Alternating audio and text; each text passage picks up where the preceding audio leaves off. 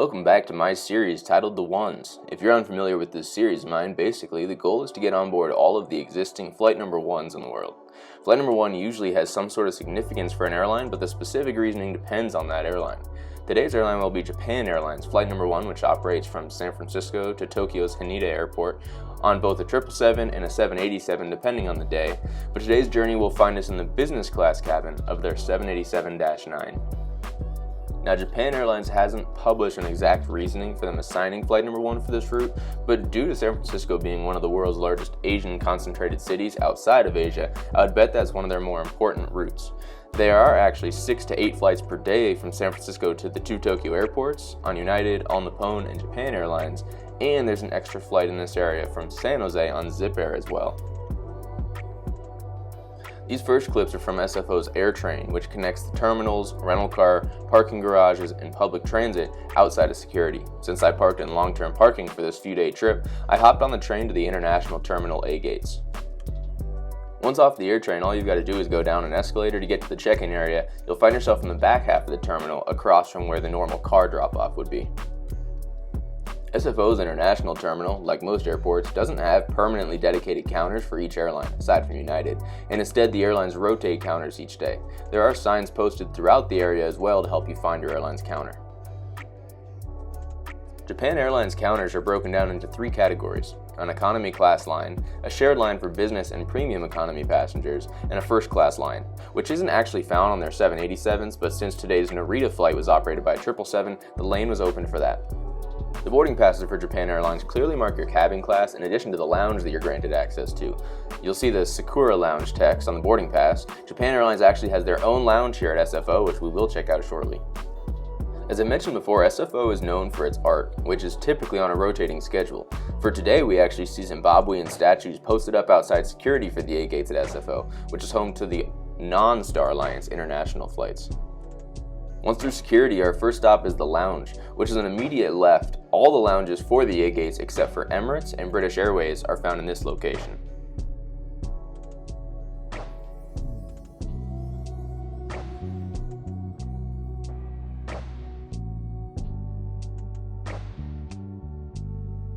Business and first class passengers can access Japan Airlines' Sakura Lounge here at SFO, in addition to One World Priority members. Day passes were also available for $60 depending on how crowded the lounge was at that time.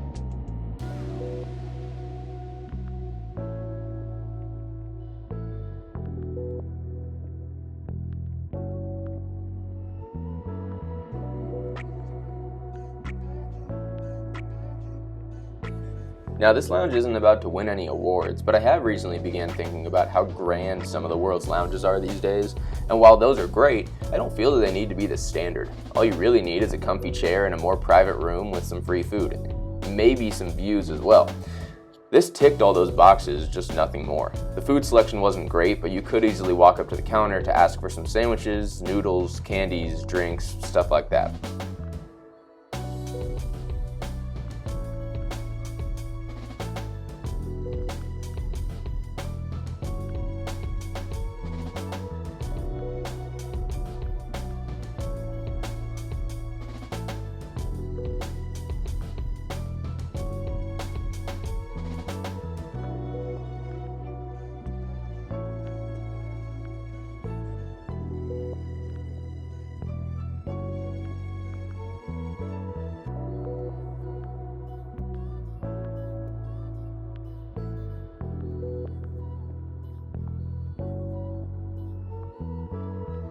After charging my batteries and getting some food, in addition to using the nicer lounge bathrooms, I decided to walk around for a bit, which was nice considering I was about to be sitting stationary for about 12 hours or so.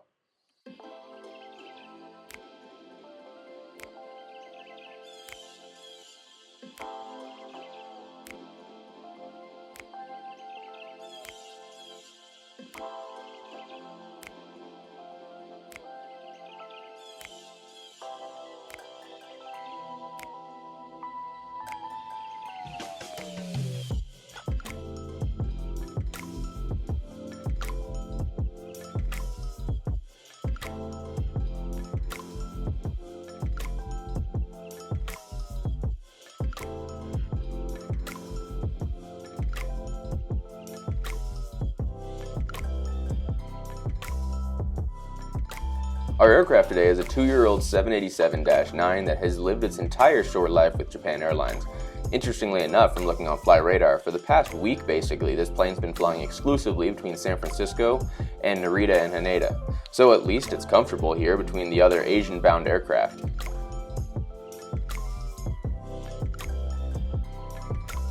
The boarding area was crowded due to the Emirates A380 boarding, so I waited upstairs in the main area, but after it thinned out, I headed downstairs. This is mostly because San Francisco is creating what they're calling a quiet airport. Essentially, boarding calls and information is only broadcasted to the gate rather than to the entire terminal, which is nice because if you're just trying to eat or pass some time, you don't have constant loudspeakers going off, but definitely keep this in mind because it is up to you now to get to your boarding gate on time.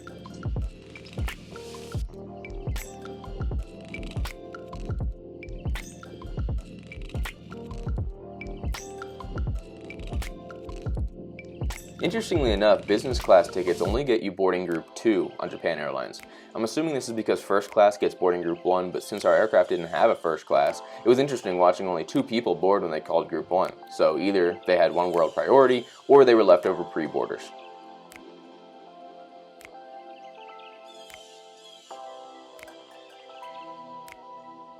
Japan Airlines business class in the 787 is in a staggered 2-2-2 setup. Usually I'm not a fan of the 2-seat setup, but I think Japan Airlines found a way to make it work and make it still pretty private. Sure, it isn't the flashiest business class, but they were able to get more seats in without feeling like you're right on top of your neighbor. It does limit the amount of seats with window access though, unfortunately.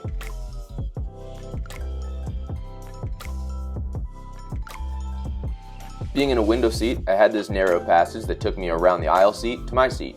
Once there, I found a whole load of amenities, and we will take a look at those shortly.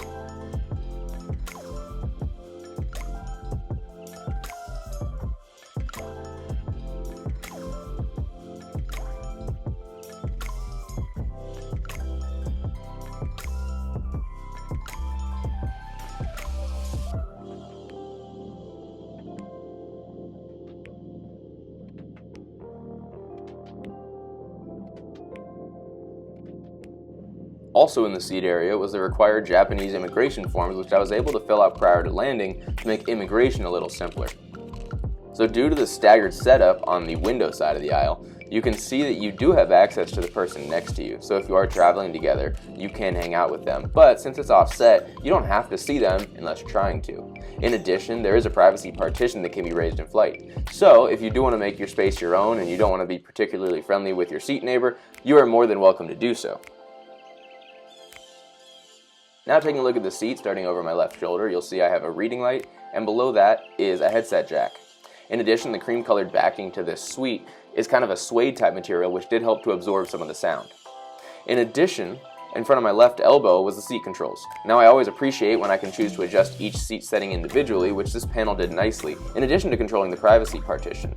Just past that, there was some counter space. This seat actually had a lot of counter space. The only issue, it was all in awkward places, so you couldn't actually use most of it. Just below that counter space was a universal charging port and a USB charging port, whatever one you need for your devices, but I was able to keep all of my devices charged. In addition to that, below the footrest, there is plenty of storage for your backpack, so I was able to keep my bag there, and my feet couldn't even reach it, so there was no worry about legroom even with my backpack stored there, so I did have access to everything I needed. Above that, the footrest is pretty wide and it is padded, and that's where I chose to store all of my bedding until we got in the air. Above that is more counter space, which I was able to rest some stuff on, especially when I was eating. However, it is still pretty far, so you can't actually use it for that much. To the right of that is where you find all the literature. Now there's actually quite a bit in here, including obviously the safety card. In addition, there's a guide to the suite that explains how to use all of the different features in the suite. And there's also some in-flight magazines to look through as well as a shopping catalog.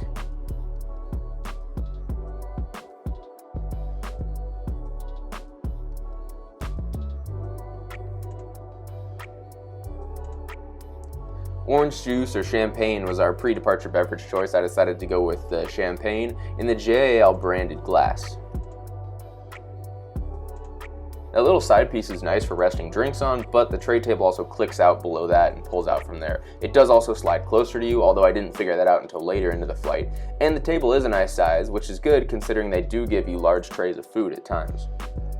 And a quick look at the amenity kit shows that it does have all the basics that you would expect in an amenity kit, but the one bonus that you don't get in most places is a moisture mask, which was nice to refresh myself right before we landed in Tokyo.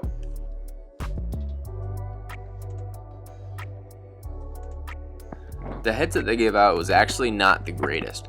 Volume and quality was somewhat good, but the noise cancelling was controlled by an on-off switch and battery powered, and one of the batteries died about an hour before landing. In addition, they are on-ear instead of over-ear headphones. They got a little uncomfortable in my opinion, especially when I fell asleep with them on.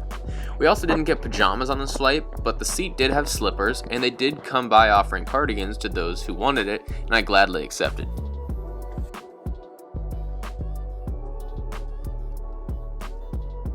Since the staggered seats seem to confuse some people, it makes sense that they would have sufficient markings to help you find your exact seat. You can see here at the entrance to the aisle, as well as on the seat itself, there is markings for that. Quick lav time while everyone else gets on board. I do like when they add textured accents to the floor in addition to some mood lighting on the wall. It's small things like this that I appreciate since they make the restroom feel like it's not just a white box. I also find it funny when the cabins are so nice and the lavatories are somewhat boring. They also gave amenities in here like facial mist, mouthwash, toothbrush, and lotion so that you can arrive feeling extra fresh.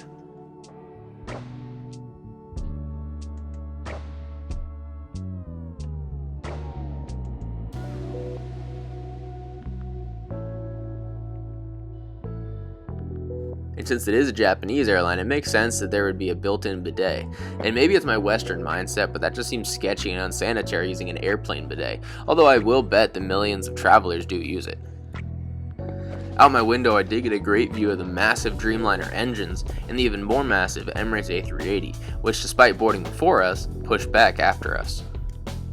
Pro tip for travelers flying out of San Francisco: when you're departing on a wide-body jet, you're going to want a window on the right side. You don't get to see the airport on departure, sure, but you do get fantastic views of the full city of San Francisco and all of its landmarks in normal weather conditions 90% of the time. Narrow bodies vary, but the left side of the aircraft is often better on those.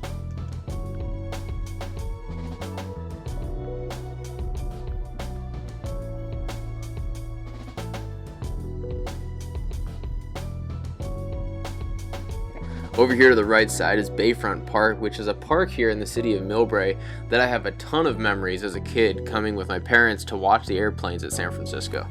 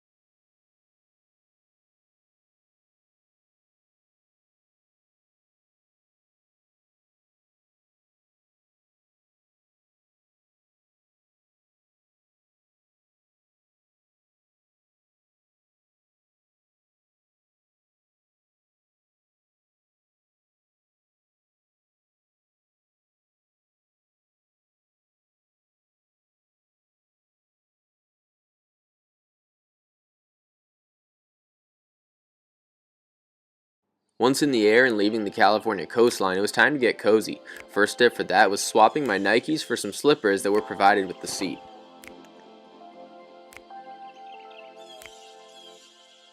The next step was to raise the privacy partition and give myself a more private space. In a time where closed-door suites are the latest and greatest thing, I do commend the airlines that can find ways to give you a private space without a closed door. This seat offers you just that, as the partitions are high enough that in a window seat, the only real way to see in is through the small alleyway on the side. Unfortunately, you'll find this level of privacy only in the window seats. Once I got settled in, it was time to explore the in-flight entertainment options, and let me just say that I'm glad they give you a remote, because the TV is basically in a whole nother zip code, so good luck reaching it. All of the options on the TV are available on the remote, including obviously some TV and movies, but in addition, they also have their in-flight shopping catalog available, and the interactive flight map, and what appeared to be the in-flight menu, but that option wasn't working for me today on this flight. Looking through the entertainment options, I was a bit underwhelmed. I have heard great things about Japan Airlines, so I assumed their in-flight entertainment would match those standards. Unfortunately, I think I've had more English options on flights that don't even touch the US.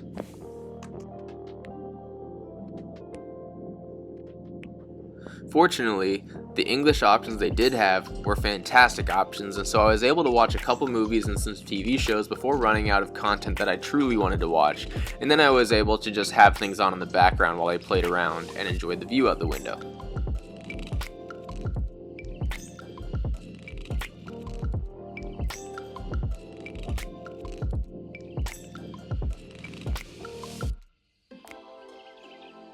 And just like most airlines that do have a separate TV remote, you can obviously have something playing on your main TV, and your remote can act as almost a second monitor, primarily for using the map in addition to the normal remote control buttons.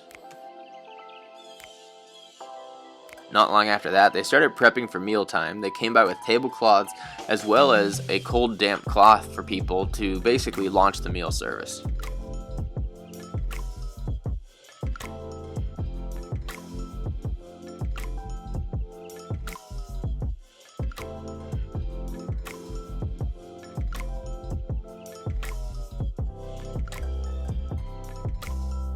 We were given these menus when we initially got to our seat, and so I was able to take a look through that. They do have everything in Japanese and in English. In addition to that, they also have it broken into different courses. So you could choose for specific breakfast or lunch items, or you could choose from specific set plates. The good thing is it was a la carte, and so you were able to order whatever you wanted, whenever you wanted on the flight, and I did take advantage of that throughout the flight, so stay posted for that.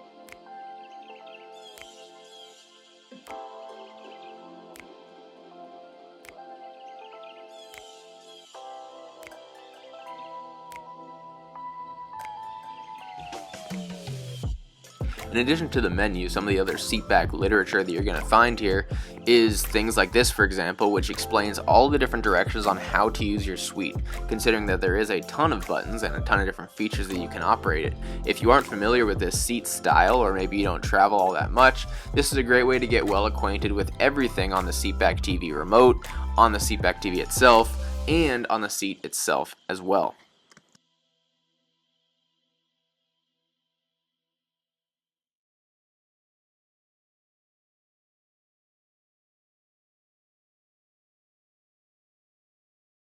They also had their JAL shop menu, where you could basically access the duty-free type store and purchase things on board the aircraft tax-free. They also had a sheet explaining how to connect to the in-flight Wi-Fi service. I ended up not actually taking advantage of Japan Airlines Wi-Fi, so I wasn't able to exactly see how fast it was, but the main motive for that was just because I had enough in-flight entertainment to keep me occupied, and I didn't really feel like paying the prices that they had.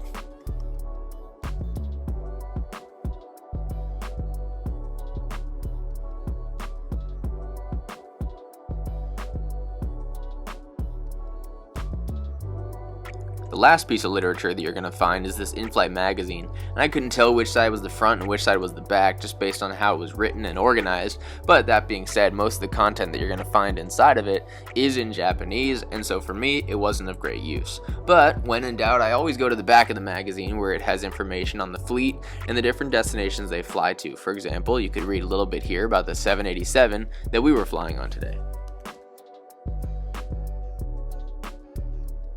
Also in that section, you'll find the world's strangest route map.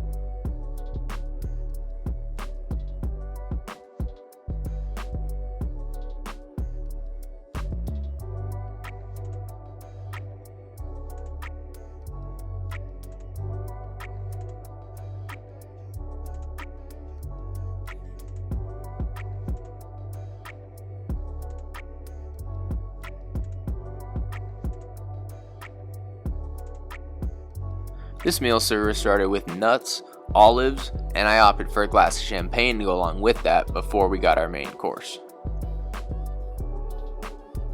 For the first meal, you were able to choose the Japanese set plate or the Western set plate. I went with the Japanese set plate, so you can see my appetizer here has a bunch of different, mostly seafood based options. All had great flavors and very different flavors as well.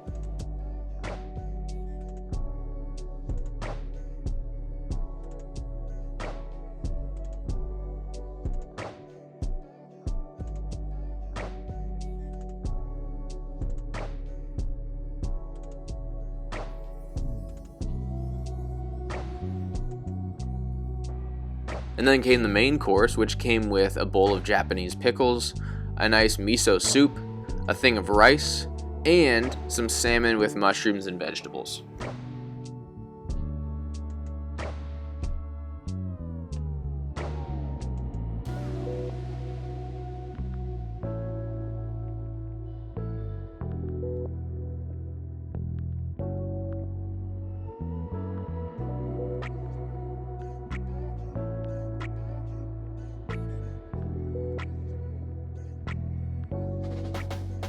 Once that was done, they came around with the desserts, which for us, for this meal, was a strawberry panna cotta.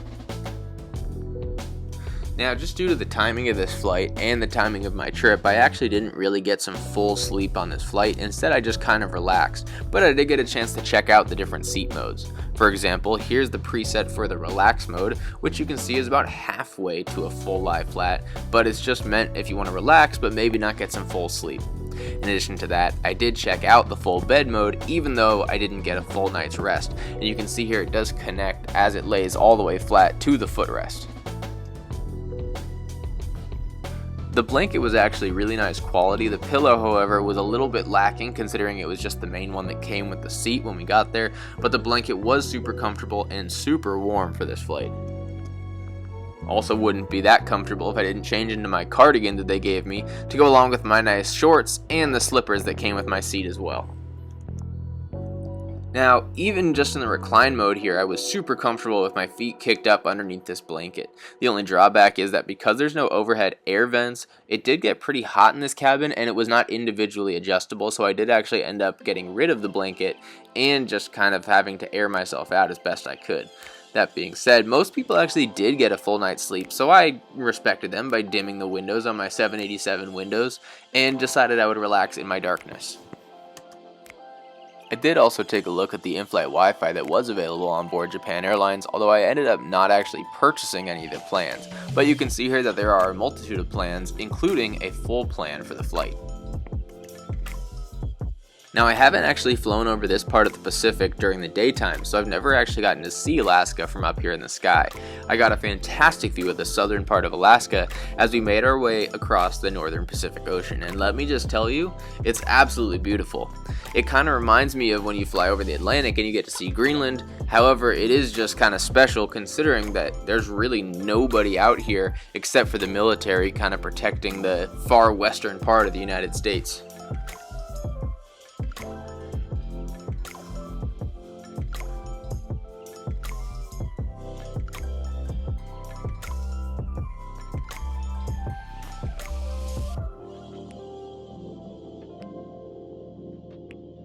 Now, we were about 6 hours into our flight at this time. I decided to take advantage of the Anytime You Wish menu and picked a couple of snacks in order to pass some time.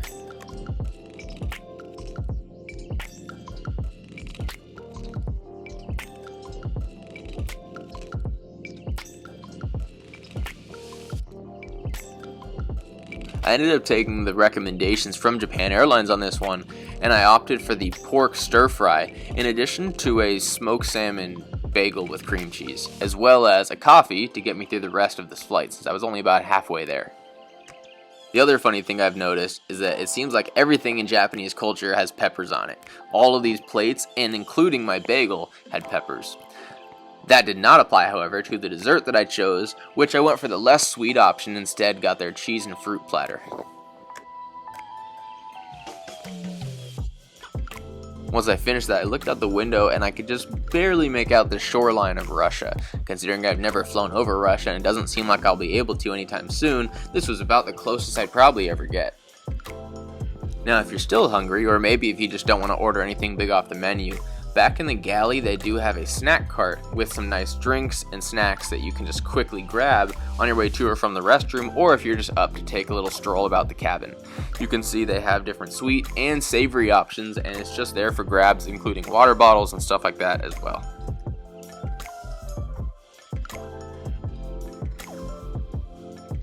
Now, I had just eaten my snack, so I wasn't hungry, but the flight attendant insisted I take something, and so I took this little shortbread cookie and saved it for later.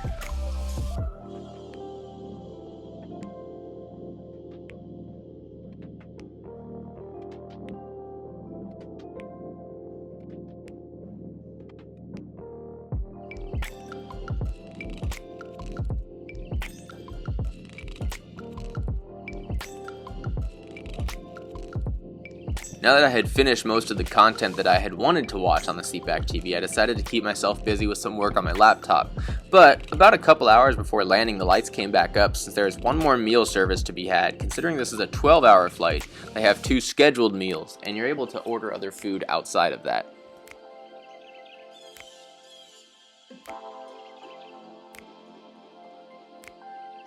Now I got the Japanese set plate for this as well. This is just a one and done tray, not a multi-course meal, which was perfectly fine considering how much food I had already eaten on this flight, and in all honesty I wasn't even that hungry, but I did come with some rice, some juice, and some more seafood options as well.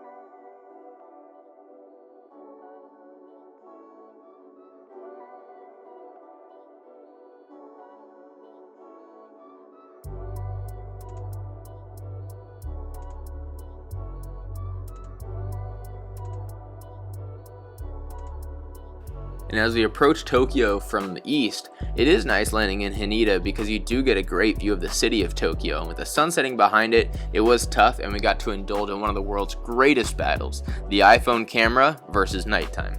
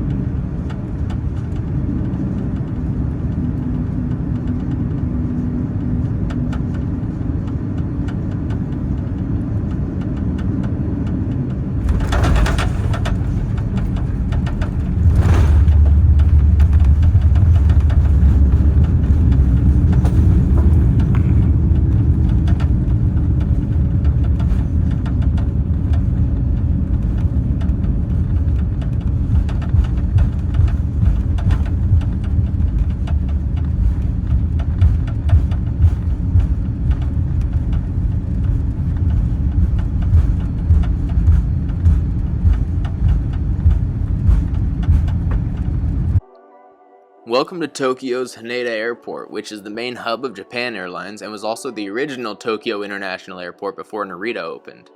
Now, this is going to be a long taxi to a hard stand and then a bus into the terminal.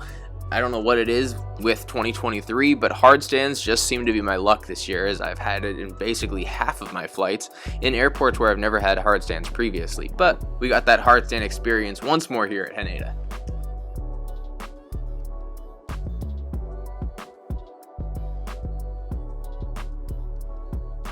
As we approach our parking spot, that means it's time for our final thoughts on this flight. This is our Japan Airlines version of the ones, where we visited Japan Airlines Flight number 1 from San Francisco to Tokyo Haneda Airport. Now, Japan Airlines as an airline I actually thought was fantastic, and the food was pretty good.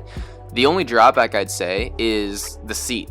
Now, the seat has a lot of positives, it also has some negatives. I actually thought the privacy on it was great, and they managed to get the same privacy as a closed-door suite almost effectively without actually having a door. Unfortunately, that only applies to the window seats. In addition, I did find the seat to be kind of narrow, so if you are trying to sleep and you're trying to spread out a little bit more, keep that in mind. You don't have too much space to spread out. And the headphones were kind of the only other negative. On top of that, though, I actually really enjoyed the cabin. The crew was absolutely fantastic and tended to me the entire flight and always made great conversation. But I will say, as far as representing the country of Japan, I do think they do a very good job. I will have to try out the All Nippon Airways business class to see how that compares, considering that's the other major national airline of Japan. And I do actually have a few plans to fly that on All Nippon Flight number 1 coming up soon. And I do hope to fly the All Nippon A380 in business class as well. So stay posted for that. We can get a nice comparison between Japan Airlines and All Nippon. But with that, let's head out to customs and get into the city of Tokyo.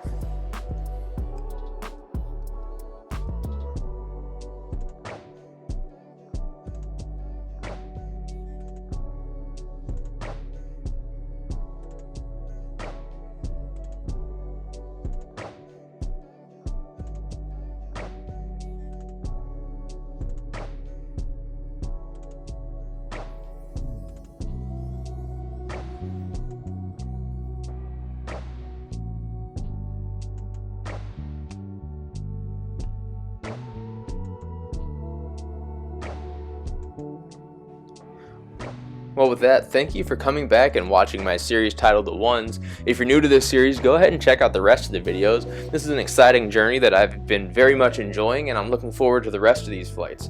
But let me know down in the comments what you think of Japan Airlines and their use of Flight number 1. In the meantime, though, we're hopping on the train and heading into the city, as it wouldn't be Tokyo without that.